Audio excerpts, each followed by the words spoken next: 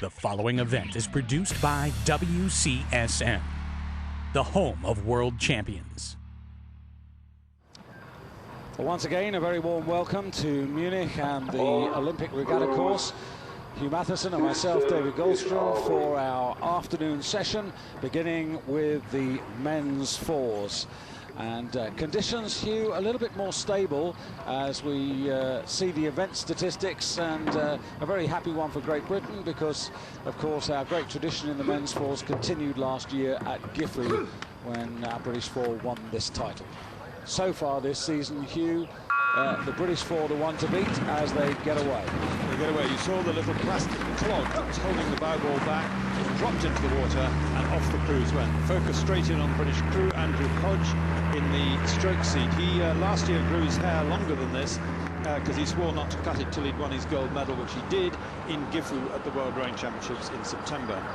I don't know whether he's made any such commitment this year, but the championships are a couple of weeks earlier this year, and therefore we might hope that his hair is a couple of weeks shorter at that championships. But leading already by a good canvas over Holland in lane 2 is the Great Britain world champion four. So there they are in front of you. Here are the Dutch with Giets Vermeulen in the stroke seat from Amsterdam. And chasing up there, three from the bottom of your picture there in those very, very clear signature orange vests. And Germany with two crews, one on the far side and two from the bottom of your picture. And interesting to see how these two battle it out, because for the German crew, really, Hugh, they've got to find a new combination. The German team, men's sweep oar team, is based around the 8. That is their first choice, as it is with the United States, for example. And the 4, and there are several 4s on the water, not just these two but others, is second.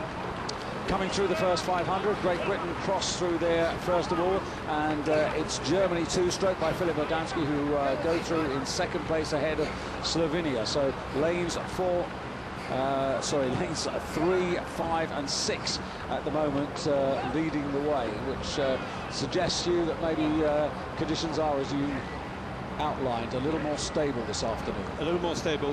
What's interesting is lanes 1 and 6 are the two slowest qualifiers to any final, not just this final, any final. And lane 1 is ahead of lane 6 at the moment, and you could assume that that was because the wind was slightly pushing back 6. But the focus is on this crew, who wouldn't be disturbed by the wind whatever happened to it. And there's Andrew Hodge, one of the athletes absolutely on top of his form in this Olympiad. Straight after the last Olympics, when he was in the British 8, he went into this 4, became the key player, won every trials race since then with partner Peter Reid, and second in all the British trials this year with Steve Williams and Alex Partridge. So we have the top 2 performing pairs in a 4, and they are the sweep oarsmen to lead the British team this year. Yeah, Andrew Hodge, who also, amongst all his other achievements, stroked Oxford to a winning victory over Cambridge in 2005. And Alex Partridge, of course, the man who missed out at the last Olympics with a collapsed lung. As we come to the half distance in the men's fours, and through the world champions Great Britain from Holland, the silver medalist, Canada in third place at the moment. Canada with Carl Hamilton, who came out of last year's 8 in the stroke seat with Benjamin Rutledge, Peter Dembicki and Scott Franson. That's their quartet, and they're in lane 2, 2 from the top of your picture now, as the sun really bursts out over this 1972 regatta course, and we see the German crew. This is Germany 2, and Filip Adamski with Tony Seffert and Gregor Half and Urs Käfer, the quartet that are chasing the British hard at the moment, but they have dropped back. Germany being surpassed now by the Netherlands as the crew that are giving Britain their greatest threat. I don't think that unless something goes seriously wrong, it really is a threat to the Great Britain crew. And it's actually Germany 2 on lane 5 with their bow ball at the bottom of the picture. It's an obscure picture that, in fact, they're not overlapping, but they're not that far behind. It's Peter Reid in the 2 seat came up through Oxford rowing and into the pair. He's not lost over 2,000 metres that I'm aware of. Yes, known as the commander in the crew because of his role as a sub-lieutenant in the Royal Navy, I believe. Yeah, they promoted him a bit, but yeah, he is a world champion, so why not? It's Germany 2, actually, in bronze medal position, you were about to say, David. It was the last 500 metres of the men's 4, and it is the Great Britain 4 doing what they like to do best, which is to start strongly, stay out in front and command the race, indeed as their predecessors, the illustrious Pinsent and Redgrave et al., who used to do this, but the Dutch not giving in easily here and beginning to reduce the margin. The British still looking comfortable, but you made the point the other day, Hugh, in the semi-finals, that the British looked anything but the finished article, which maybe isn't a surprise at this stage of the season. It isn't a surprise, and I don't think they'll have let the pedal up much on training this for this regatta. Jürgen Grobler, the men's chief national coach who takes this crew, does keep the pressure on and only lets them the smallest of tapers, because this is the first of the World Cups. They've got to go to Poznan, they've got to go to Lucerne, and the World Championship, they will have a proper rest leading into the final. But none of these crews will have had much rest. So coming into the last 100 metres of the race, Great Britain being challenged on their left-hand side.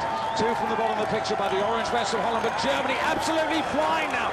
And the Germans, who are actually not steering a particularly straight line here, and Urs Käfer, Gregor Hook, Tony Seibert and Philip Adamski are throwing down a challenge to the British. They are nearest to the British on the far side, coming towards the line. The British hold on, but it really raised the cheer from the fans here in the grandstand at Munich today to see that German crew finish with that sort of flourish.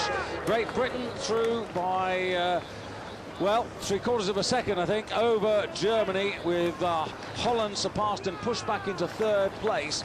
And that makes you wonder about the German crew. The German 4 with Urs Käfer and Philip Adamski, who were under-23 silver medalists last year. So they're the young men coming up, and that's the British 4 in camera at the moment. Now, they will be turning round and going down to do a warm-down training session just to show that this didn't hurt too much, but actually that was quite a close call over the last 100 metres. Yes, and I mean the other point about it is that in that final charge by the Germans, they were actually offline. They were moving across the buoys, and had they not moved across the buoys and had to correct, they might well have gone a couple of metres faster, but they wouldn't have taken the British crew. They were in a good enough position to hold off. But nevertheless, very good effort from that young German crew. So, Great Britain start their World Cup campaign in the build-up to defending their world title with a victory here in Munich. Germany 2 second, Netherlands 3rd. This event was produced by WCSN, the home of world champions.